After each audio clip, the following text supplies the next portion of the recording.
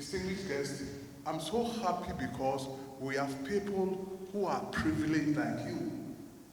When I started work some few years ago, I had just an ordinary certificate from a school in a village in the eastern region. They call St. Peter's. You have to walk about 30 minutes to come to the town. But I started, and by the grace of God, we have been able to achieve a lot. I'll tell the story. Then when I tell the story, it will encourage you to know that you can do better and you'll be the giants of the future. Was it 1981? How many years now? About 41 years ago. I'm quite an old man, just that I'm very, very handsome. I left school at the peak of the 1981 revolution. Unfortunately, my father had died a year or two earlier, and a typical poor man, my father's nephew who took over, was not ready to look after us. So a friend of mine told me that, Kofi, Connie, the way they are doing business, why don't you get something doing? Get something. What, at that point in time, 21 years. A dear partner committee my but the challenge is that if you are an entrepreneur, look out there where there are difficulties and challenges. Addressing those ones are the ones that gives you the wealth and the fame and whatever you are looking for. You should be able to identify problems, difficulties, and challenges. And when you are finding the solution, that creates the wealth that we are looking for. Whoever thought that collecting Ola, Zoom Lion, and now everybody wants to be like Zoom Lion, to collect the garbage and those things. Others are processing it. But if you were asked after university to go out there to collect what, you are looking down on me. So at the peak of the revolution, all I could do was, the then president decided to stop importation of essential commodities, including soap, milk, and all those things. So people started doing the don't touch me soap with caustic soda, soda ash, oil, and salt. And that is what was going on. So one day, I went to a man to tell him that I want to learn that soap. Then I said, you go to St. Peter's, you come out and come and do this. Yes, I said, yes, I want to do it. And whilst I was talking about going to learn don't touch me soap, I didn't have any money. And there was nobody to support me. And a friend of mine told me that, if you know what you do, I want you to be helping finding things for people. So if somebody needs something from Accra, I'll tell him that I'll come to Accra to look for it. When I come, I get some commission. So I started doing that. Let me tell one interesting story. When I was young, the first time I was coming to Accra, my dad told me that if you go to Accra, if you don't take care, they will steal your money. So first, I'll put on shorts, sneaker. Then I'll put the money in there and put my trouser on and put the belt. So when I want to buy something, I finish negotiating with you, I'll ask you if I can have somewhere to ease myself. I'm going there to remove the trousers, take the money to come and pay for it. A typical village boy. And that is how I started. So I started working and I got 5,000 old cedis. 5,000 old cedis is 50 pesos today. And that 50 pesos today is what has brought SHABA to the level that we are now.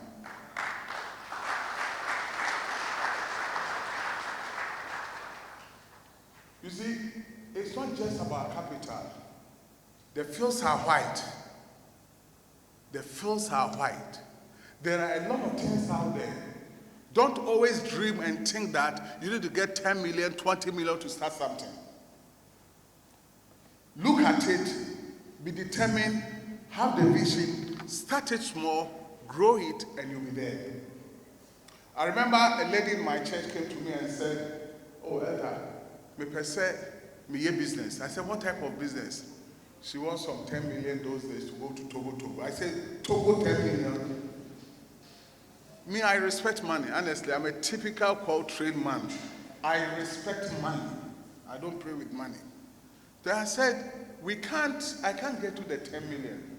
Where do you live? Then he just, described it. I said, well, do you know what I can tell you? That area, a lot of people are just trying to move in there. Why don't you consider frying yams? Then she signs me frying yams, a lady. I said, yes. If you want to fry yams, you need just not more than 300 cedis to buy some frying pan, a fly oil, yams, and some few things to start doing something. She didn't mind me. She left. She tried after some months. She came back again. Then I said, I still stand by frying yams. Reluctantly, she added beans. Within some months, she had a spot you could value for about 2,000-3,000. After a year or so, it was a complete spot. The idea is having a vision, starting it small, and developing it to grow. When I started Don't Touch Me So, that was not my dream. And still, where I want to be, I'm going there, and I'll be there. I will be there. I did it for a period, and within 6 months, I'd raised enough money, opened the first shop. Do you know what I was selling? I was selling ladies' wear, braziers, panties, all those things. I remember a friend of mine came to Kofi, Obema Oton, and my drugs. I look at him, then I said, I have to do it. Because if I decide to sell men's dresses, I must be frank, how many will buy? I need 1 jeans and 2 shirts, and that is enough. But the ladies will change this, that, this, and we're playing on them. I remember once I came to Accra, I bought some type of panties, and every lady who comes there will want to buy some. The next time I'll change the style and colors, they will want to buy. So I was making a lot of money out of it. From there, I was just moving on. What I was doing was to build capital. After that, I went into chainsaw machines and parts. At a point in time, I was the biggest importer of chainsaw machines and parts in Ghana. And I'll supply almost every sawmill in this country. When I started the Don't Touch Me Soap, I start as early as 4 a.m. That is what we call discipline. 4 a.m., I'll split the firewood myself with chisel and hammer, set up the fire, prepare everything, and start working before 7 o'clock, the employee will come. I did that religiously for 6 months. Then I raised 23,000 to start that fancy shop selling ladies' wear. And whilst I was doing that, I was determined that I was going to make certain amount of profit every month. And religiously, I was doing that. So I tagged myself to cap my spending. I started eating more breakfast. I was eating kenke and egg. Kenke doesn't go with egg. The gas knows that the best is kenke and fish. But those days, I could buy 1 crate of eggs for 1 month. I'll use water heater to boil one, buy kenke, get some shito, and that is it. I was trying to save a lot of money. When you see SHABA, and people talk about SHABA, that is the beginning. Discipline, focus, being focused, and be determined to get somewhere.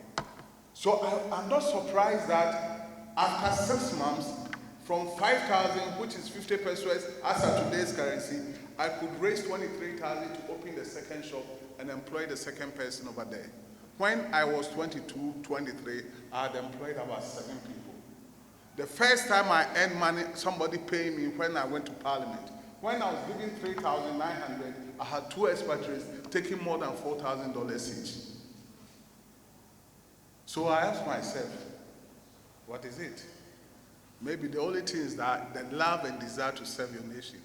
If it's about money, that is not where the money is.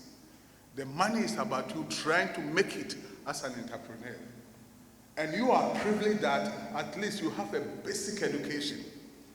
Most of you here have degrees. So you are far better than SHABA starting. And if I did it, then you can do far more than that. The first thing is that be determined that you want to work and you want to let it work. One thing I see is that when the young men start making money, they don't respect money. I've gotten this today. They want to show off. They want to enjoy themselves. They want to spend on people. You understand what I'm saying? If you don't respect money, money will never respect you. When I was working, doing all these things, making money, I never had a tape in my room. Tape. Yes. The piece, whatever the people make noise and all those things. All that I believe in was working to make money, to make what I wanted to do. When I was getting married, I was at the age of 25. I was 25. My wife was 21. Then we asked some prominent man in court to give me the car for the wedding. Then at the 9th hour, he said, Pentecost, what in the car, I wear the car. It's on for car, mommy. And I'm a catcher, Madame Fabakson, for Tazimra. Penamima, so soon said, Nibanqua, wedding on the Tazim. I am saying, all that is important is about the blessing, not the fanfare. So, fortunately, a friend of mine, the catcher me said, Mrs. Pint is non-Toby Mamino, or by wedding it between a cow they buy, and or the mammy, and on the taxi. That is how I got a car for my wedding. But when I was 27, I had 7 private cars in my house. Because I was determined to work and work and work. All around this time, I was in the village in Koko. At a point in time, I realized that I was getting choked over there. Choked in the sense that you have money to do many more things, but the environment does not allow you to stay there. If I can buy 1,000 bags of rice to sell, and Nkoko can consume only 500, there is no way you need to buy 1,000 and still continue to stay over there. So I had to move out of town to come to Accra. That brought me to Accra in 1990. I started moving around. One day, I went to a shop to buy cables on a project. Then the person mentioned, I said, what? This for this price? Then he started telling us, we don't even get it. We have to get it from Nigeria. Nobody's importing cables. I said, what? Nobody's importing cables. How do we import cables? Then I took, there's a tellers on the address on it, I picked it. I sent a tellers to UK, and the prices was less than a third of what they were selling here. Then what came to my mind is that I'll go to UK to buy cables. Then they say, my friend, who gave me car for it, they say, Kofi, they won't give you the visa. Me say, I'll go for the visa. So with the tellers, business registration documents and everything, I went to the embassy. The first thing is that, what is it? If they don't give it to me, I'm in my country doing my business. So the lady asked me some few questions. Then when she said, come 1 o'clock for your visa, then I started laughing because I didn't even believe she was going to give me the visa. So she gave me the visa. So is that easy? They just gave me the visa. So a friend told me that, Full Gospel people are having convention in the US. Why can't we also take advantage and go? When there were adults in front of me, about 5 of them, they refused all of them. When it got to my turn, why do you want to go there? I said, for spiritual upliftment. What do? I told the person about my business. Where are your documents? I showed him all the documents. Then he said, pick your visa. Your visa is approved. What am I trying to say? Why should you want to be an entrepreneur? Try to work on documentations. Register your business. register your business, have a profile. When he will ask you, would you have a business profile? No. All you have is a complimentary card. That is not enough. Start to package your business, things that you are doing. It's a process. And as you move on, you will get there. So I started doing it. I went there.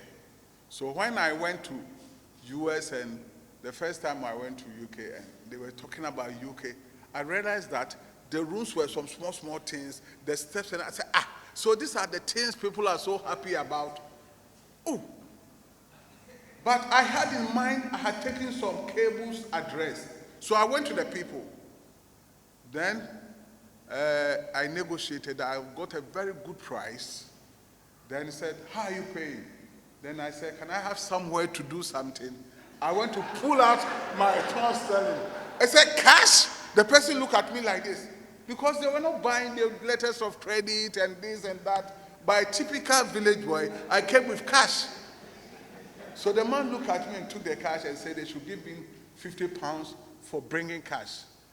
And after that, they took me to the beach, a typical poor man, to buy things for me, to shop for me. I said, oh, you see? And that is how things started in Accra here. At a point in time, I was importing every cable before Angola and all those people came into cables. All the fittings were started by SHABA. I was not looking at just one item. I was looking at opportunities. Try to look around. The fields are wise. The harvest is ready, and take advantage. SHABA has done so many things. But at the end of it, we are getting to where we want to be. We are getting there. If you want to be an entrepreneur, open your eyes. Just be ready for the opportunity and take advantage. People are thinking about the difficulties in Ghana now, the challenges in Ghana now. Why don't you take opportunity? Take advantage of the difficulties and do something new.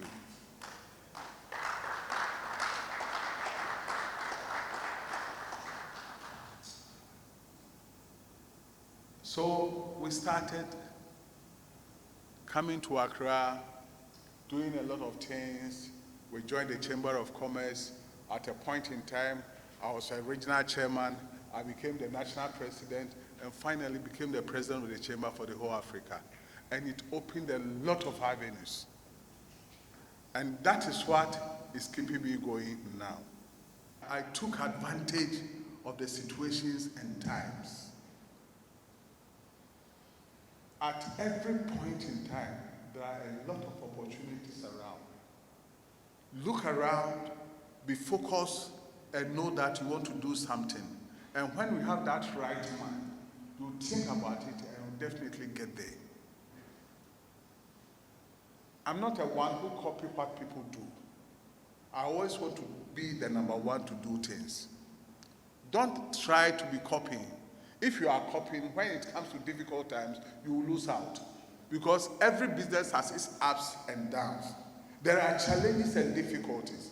But if it is your own business initiative, you enjoy the challenges and you make the best out of it. If it's your initiative, begin to do things differently. And twice you do it, you will definitely make it.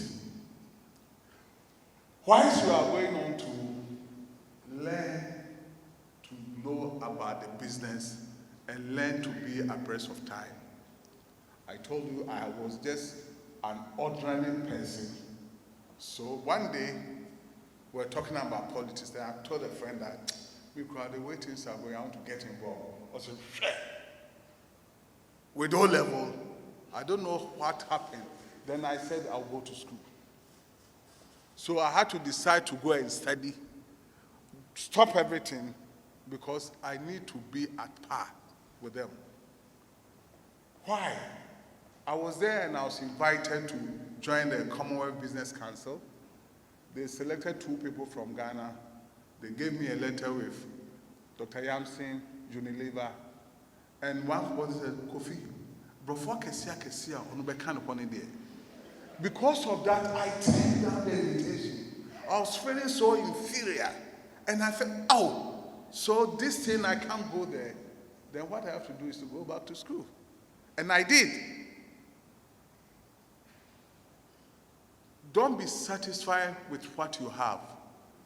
As you are trying to be an entrepreneur, you've got to also study to be at par because you get to a certain level.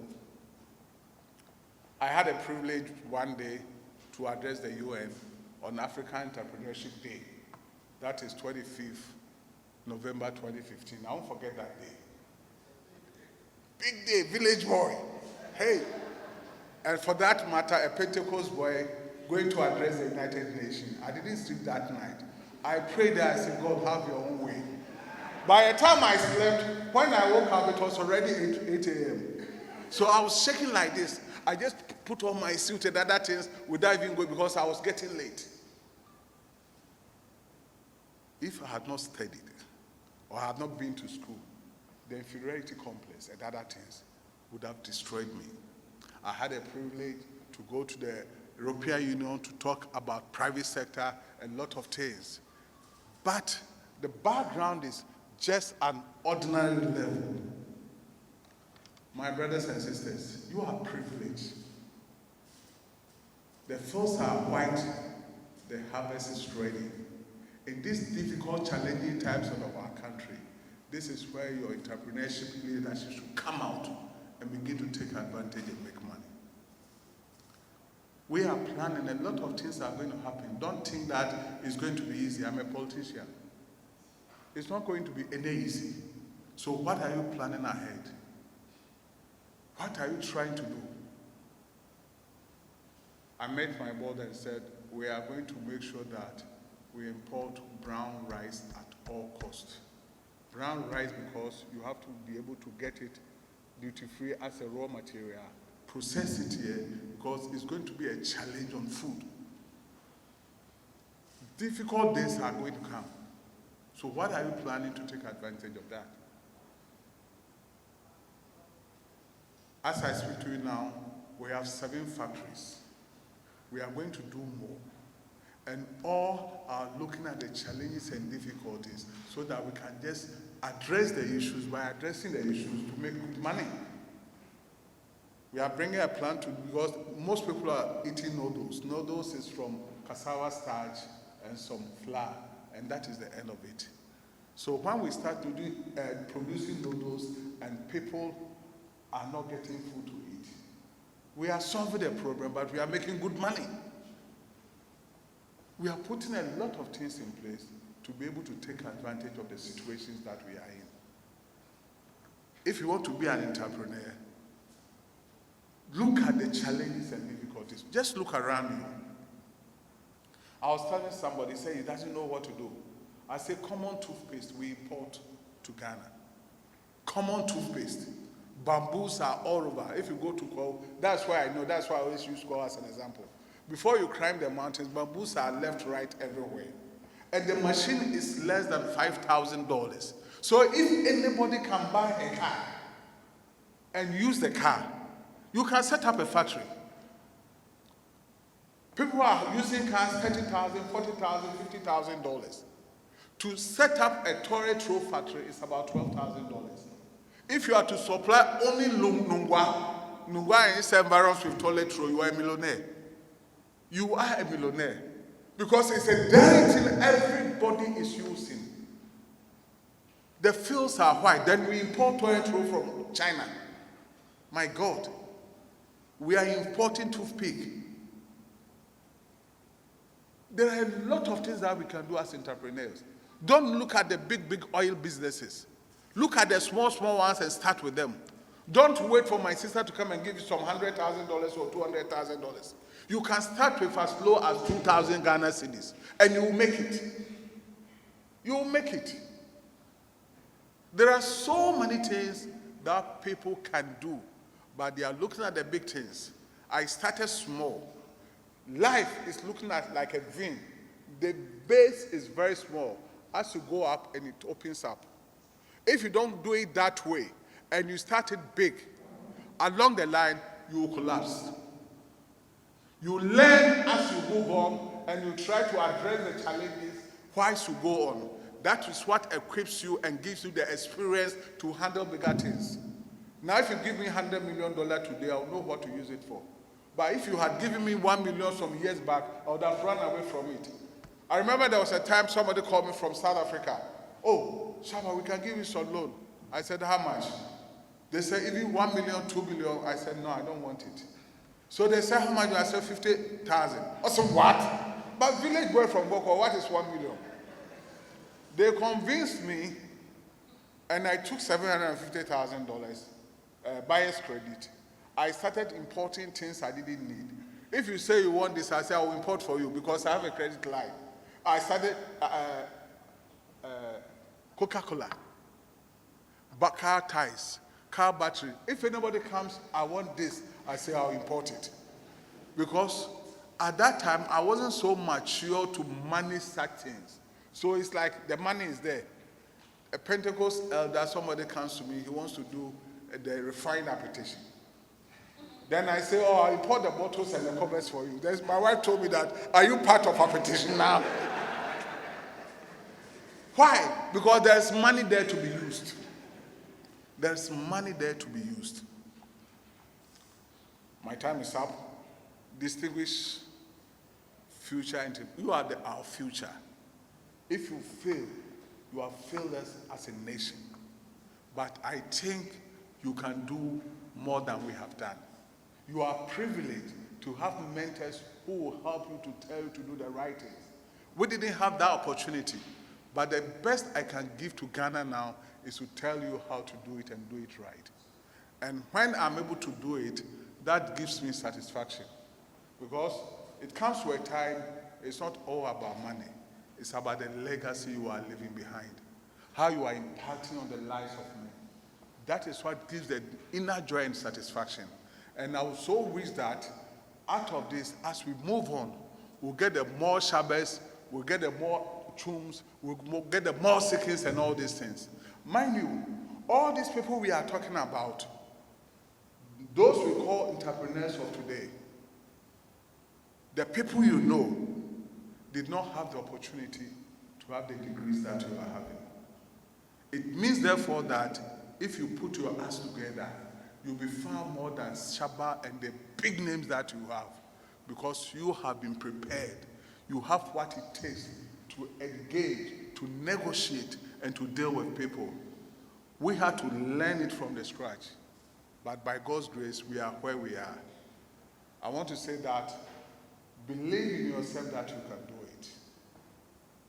Believe that you have to start it small and grow it. You can't just get it done within a day.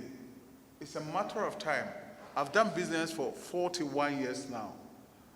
I started at the age of 21. I'm 62, and I'm so happy for what God has done for me. I have never regretted, and I'll keep on doing. Now the best I can do is to impart on you, to share with you, so that the future of the country will be brighter because you are an entrepreneur. Because you are also going to create the needed employment. Not MPP, not NDC, not CPP. It's the private sector that will make Ghana what Ghana has to be.